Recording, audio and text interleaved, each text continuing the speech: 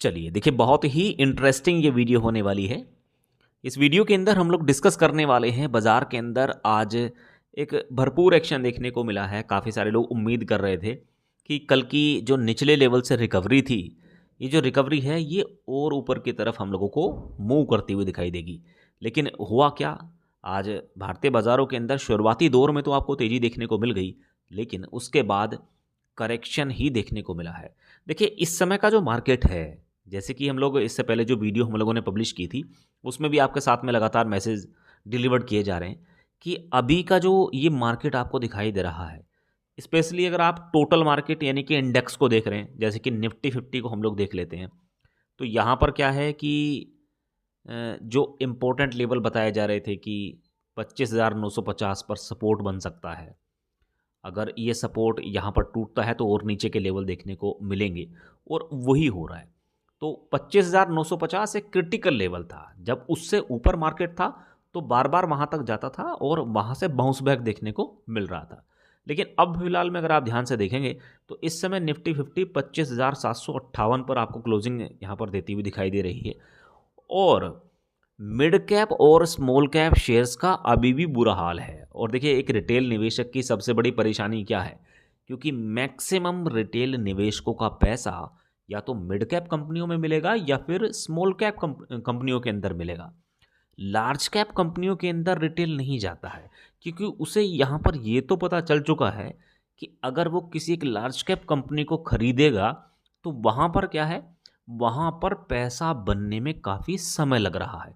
जैसे कि रिलायंस इंडस्ट्री को अगर आप उठाकर देखते हैं, तो अगर उस कंपनी का मार्केट साइज़ देखेंगे तो वहाँ पर अगर आप पैसा मल्टीफोल्ड करना चाहें, 2x करना चाहें, तो वो फ़िलहाल की डेट में पॉसिबल नहीं है। ऐसे में बहुत सारे लोग क्या काम करते हैं कि जो कंपनियां अच्छी हैं, मजबूत जिन कंपनियों के बिजनेस दिखाई देते हैं और मार्केट साइज जिन कंपनियों का कम है, ऐसी कंपनियों को टारगेट करते हैं और लॉन्ग टर्म के हिसाब से उन कंपनियों के अंदर एसआईपी प्लान करते हैं। तो तमाम ऐसी कंपनियां जिन कंपनियों के अंदर करेक्शन का दौर जारी है, गिरावट आपको देखने को मिल रही है, बहुत सारे लोग परेशान हैं, तो उन सभी परेशानियों को दूर करते हुए आज हम बहुत सारी कंपनियां, कुछ एक कंपनियां आपके साथ में डिस्कस करेंगे जिन कंपनियों के अंदर आगे बड़ी हलचल देखी जा सकती है। तो यहाँ पर जो हमारी पहली कंपनी है वो है जेएम फाइनेंशियल्स लिमिटेड। देखिए, मेरा एक ही मैसेज है आप सभी के लिए कि मार्केट के अंदर कम काम कीजिएगा और कंपनी के बारे में ज़्यादा पढ़िएगा। कंपनी को पढ़ने से आपको बहुत सारी चीज़ें सीखने को मिल जाएंगी। आज भले ही कंपनी पैसा बनाकर नहीं दे रही है, लेकिन दोस्तों, बहुत सारी कंपनी आपने ऐसी देखी होंगी कि जब वो भागना शुरू करती हैं, दौड़ना शुरू करती हैं, तो फिर वो मल्टी फोल्ड रिटर्न बनाती हुई दिखाई देती हैं। और काफ़ी सारे लोग ये सोचते हैं कि काश ये कंपनी हमारे हाथ में लग जाती, काश कोई हमें इस कंपनी के बारे में बता देता, तो आज हमारा भी पैसा इस कंपनी के अंदर होता। तो देखिए, जितनी भी कंपनियां इस वीडियो के अंदर आपके सामने रखी जा रही, किसी भी तरीके से कोई खरीदारी करने का रिकमेंडेशन नहीं है। केवल हम कंपनियों को पढ़ रहे हैं, कंपनियों के बिजनेस को देख रहे हैं। जेएम फाइनेंशियल्स लिमिटेड, जिस भी कंपनी के अंदर आपको फाइनेंस जैसा शब्द देखने को मिल जाए, इसका मतलब क्या है? सीधी सी बात है, बहुत सारे लोग अंदाज़ा लगा लेंगे कि ये कंपनी फाइनेंस यानी कि ये कंपनी लोन से रिलेटेड कंपनी है। तो इसी तरीके से ये कंपनी काम करती है। इंडिया की एक लीडिंग फाइनेंस सर्विसेज कंपनी है। ठीक है, ये जो कंपनी है ये बैंकिंग निवेश के अंदर, मनी मैनेजमेंट के अंदर, brokerages, loan facility, asset management के अंदर, हाउसिंग फाइनेंस जैसी सर्विसेज हम लोगों को प्रोवाइड कराती है। तो यहाँ पर आपको एक चीज़ और देखने को मिलेगी, ये जो कंपनी है ये मुख्य रूप से जो कॉरपोरेट्स होते हैं या फिर कह सकते हैं कि जो हमारे डोमेस्टिक प्लेयर हैं, और जो काफ़ी सारे जो हाई रिच पर्सन हैं, उनको भी सर्विसेज देती है। इसमें इक्विटी ट्रेडिंग के रिगार्डिंग आपको चीज़ें देखने को मिल जाएंगी, म्यूचुअल फंड्स के रिगार्डिंग आपको यहाँ पर सर्विसेज देखने को मिल जाएंगी, प्राइवेट इक्विटी के रिगार्डिंग सर्विसेज देनी हो, तो एक तरीके से कह सकते हैं कि एसेट मैनेजमेंट की कंपनी हम लोगों को दिखाई देती है। और हो क्या रहा है कि आज की डेट में ऐसी कंपनियों की डिमांड ज़्यादा बढ़ रही है जहाँ पर लोग आ रहे हैं सलाह लेने के लिए कि भाई अब हमें निवेश कहाँ पर करना चाहिए, कहाँ कहाँ पर मौके दिखाई दे रहे हैं। तो होता क्या है कि ऐसी कंपनियों के अंदर लंबे समय के लिए हम लोगों को उन कंपनियों के बिजनेस में बढ़ोतरी देखने को मिलती है। तो कई सारे काम मैंने आपको बताया कि एक तरीके से फाइनेंस से रिलेटेड ये कंपनी है, अच्छी कंपनी है। और अगर आप इस कंपनी का स्टॉक प्राइस देखें तो 141 रुपये पर ये कारोबार करता हुआ दिखाई दे रहा है। ध्यान से समझिएगा जो बात मैं आपके साथ में शेयर कर रहा हूँ। रिसेंटली 4,410 करोड़ रुपए की सेल्स इस कंपनी ने रिपोर्ट की थी। दो चीज़ों पर चील वाली नज़र, 4,410 करोड़ की सेल्स ये कंपनी रिपोर्ट कर रही है। 4,786 करोड़ पिछले साल का डेटा था, यानी कि इस कंपनी के अंदर ईयरली बेसिस पर कुछ गिरावट हुई है सेल्स के अंदर। क्या मुनाफा भी गिरा? अगर आप मुनाफा देखें तो 774 करोड़ इस बार कमाया। पिछली बार ये कंपनी 31 करोड़ के आसपास कमाती हुई दिखाई दी थी। इसी तरीके से अगर आप कंपनी के अंदर कंपनी की जो कैश फ्लो है इसको देखेंगे तो कंपनी के पास में जो कैश फ्रॉम ऑपरेटिंग एक्टिविटीज़, यानी कि कंपनी ने कितना नेट प्रॉफिट कमाया प्लस और कंपनी के पास में कितना कैश आया, यानी कि साल भर के अंदर या फिर कह सकते हैं कि साल के लास्ट में कंपनी कितना पैसा लेकर गई। एक कंपनी ऐसी है या फिर एक फैमिली मान लीजिएगा कि एक साल के अंदर हम लोग 3 लाख रुपया कमाते हैं, ठीक है, उसमें से कुछ हमारे खर्चे भी होते हैं, ठीक है, कुछ हमारी उधारी भी होती हैं या फिर हम किसी को पैसा भी दे देते हैं, कुछ हम लोग सामान परचेज कर लेते हैं। तो इसी तरीके से आप कंपनी को समझ के चलिएगा, ठीक है।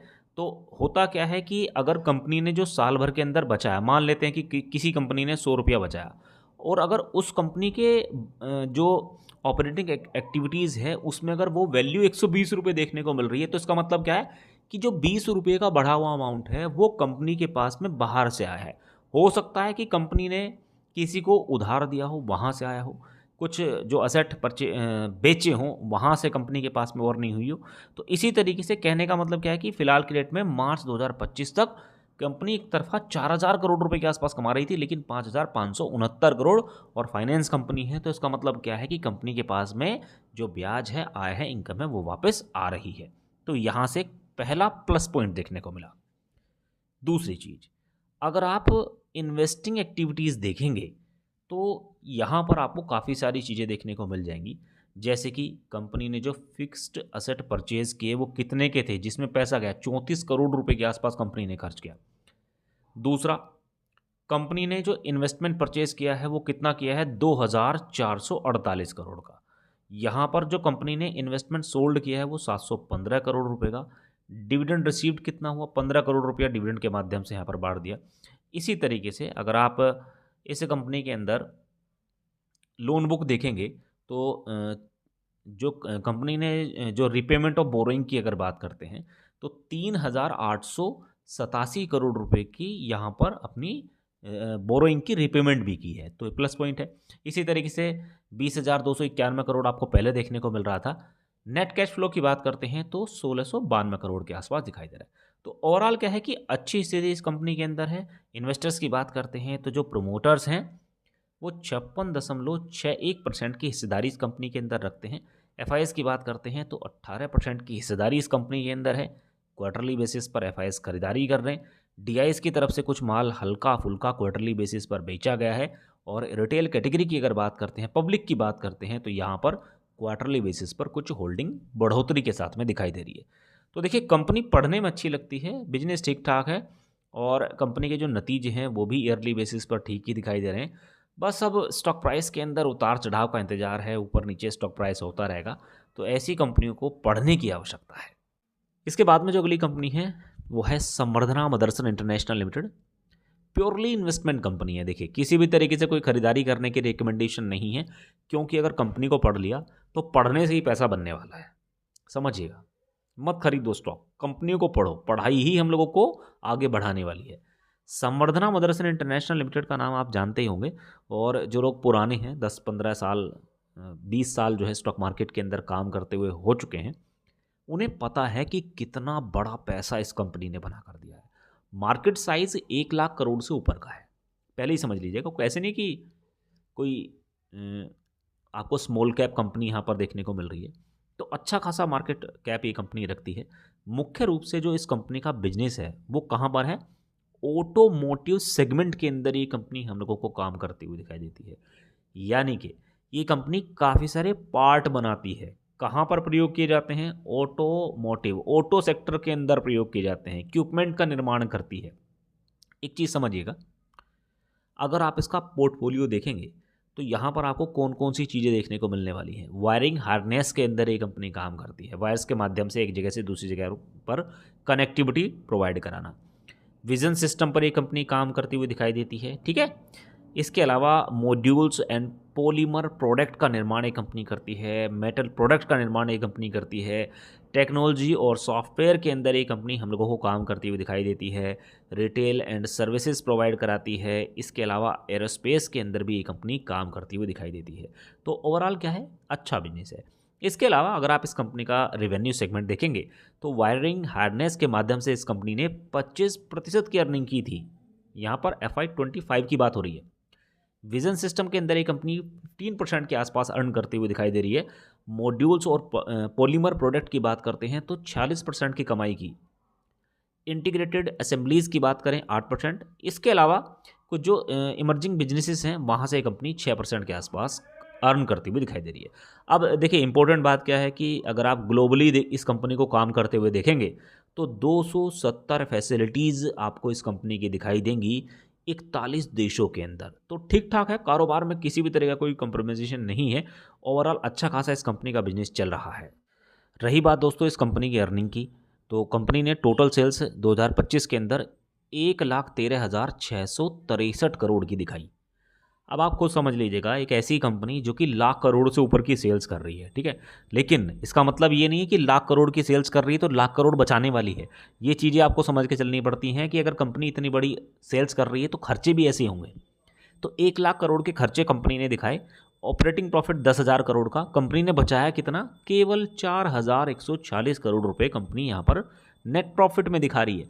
चलिए नेट प्रॉफिट में 4,140 करोड़ दिखा रही है, कोई इशू नहीं है। क्या कैश फ्लो के अंदर 4,166 करोड़ से ऊपर की वैल्यू दिखाई दे रही है? बिल्कुल हाँ। तो यहाँ से आप अंदाज़ा लगा सकते हैं कि कंपनी पॉजिटिव साइड में है। कैश फ्रॉम ऑपरेटिंग एक्टिविटीज़ की बात करते हैं तो एक चीज़ आपको यहाँ पर देखने को मिलेगी कि कंपनी के पास में जो फिलहाल की डेट में इस बार अगर 2025 में अगर आप देखेंगे कहाँ पैसा आया, कहाँ कंपनी ने इन्वेस्ट किया, क्या बेचा, क्या खरीदा, वो आपको सारी की सारी चीज़ें दिखाई दे जाती हैं। तो कंपनी ने 4,561 करोड़ के फिक्स्ड असेट परचेज किए हैं। देखिए मान लेते हैं आप साल भर के अंदर 2 लाख रुपए कमाते हैं, आपका कोई कारोबार चल रहा है, तो आपने क्या काम किया, उसमें से कुछ पैसा जो आपकी बचत थी, ठीक है, बचत थी, उस पैसे में से आपने कुछ ऐसा सामान खरीद लिया जिससे आगे आने वाले समय के अंदर आप अर्निंग करने वाले हैं या फिर आप अपनी अर्निंग को बढ़ा सकते हैं। तो वही चीज़ यहाँ पर दिखाई दे रही है। कंपनी ने कुछ एसेट बेचे भी हैं जो कि खराब हो चुके हैं, काम नहीं कर रहे हैं, तो 128 करोड़ के आसपास कंपनी के पास में यहाँ पर भी पैसा आया।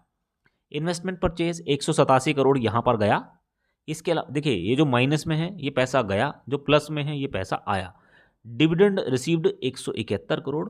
अगर यहाँ पर कंपनियों के जो एक्विजिशन की बात करते हैं, अधिग्रहण की बात करते हैं, तो वो 552 करोड़ रुपए यहाँ पर गया है। इसके अलावा अगर आप कैश फ्रॉम ऑपरेटिंग एक्टिविटीज़ के माध्यम से कंपनी के पास में पैसा देखेंगे तो कंपनी ने जो अपनी जो देनदारियाँ थी उनकी अगर पेमेंट की बात करते हैं तो 11,558 करोड़ की निपटाई है, ठीक है। 740 करोड़ कंपनी ने डिविडेंड के माध्यम से दिया है। तो ओवरऑल क्या है कि ठीक ठाक प्रदर्शन आपको इस कंपनी के अंदर देखने को मिलेगा। इन्वेस्टर्स की बात करते हैं तो कंपनी के अंदर जो प्रोमोटर्स की हिस्सेदारी हैं वो है 48% की। FIS की हिस्सेदारी क्वार्टरली बेसिस पर कुछ कम हुई। DIS की तरफ से खरीदारी बढ़ती हुई दिखाई दे रही है। सरकार का स्टेक आपको इस कंपनी के अंदर देखने को मिलेगा और रिटेल निवेशक क्वार्टरली बेसिस पर खरीदारी करते हुए दिखाई दे रहे हैं।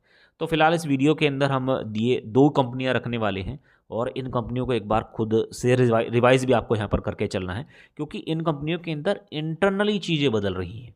लेकिन काम दोस्तों ऐसा नहीं होता स्टॉक मार्केट के अंदर। काम सिर्फ आपको लॉन्ग टर्म के हिसाब से प्लानिंग करके सिप में अपने आप को कन्वर्ट करके ही करना होगा। उम्मीद करेंगे कि पूरी जानकारी आपको अच्छी लगी होगी। चैनल पर पहली बार आए हैं तो सब्सक्राइब करके रख सकते हैं, साथ में बेल आइकन जरूर हिट कर लीजिएगा। Thank you so much for watching.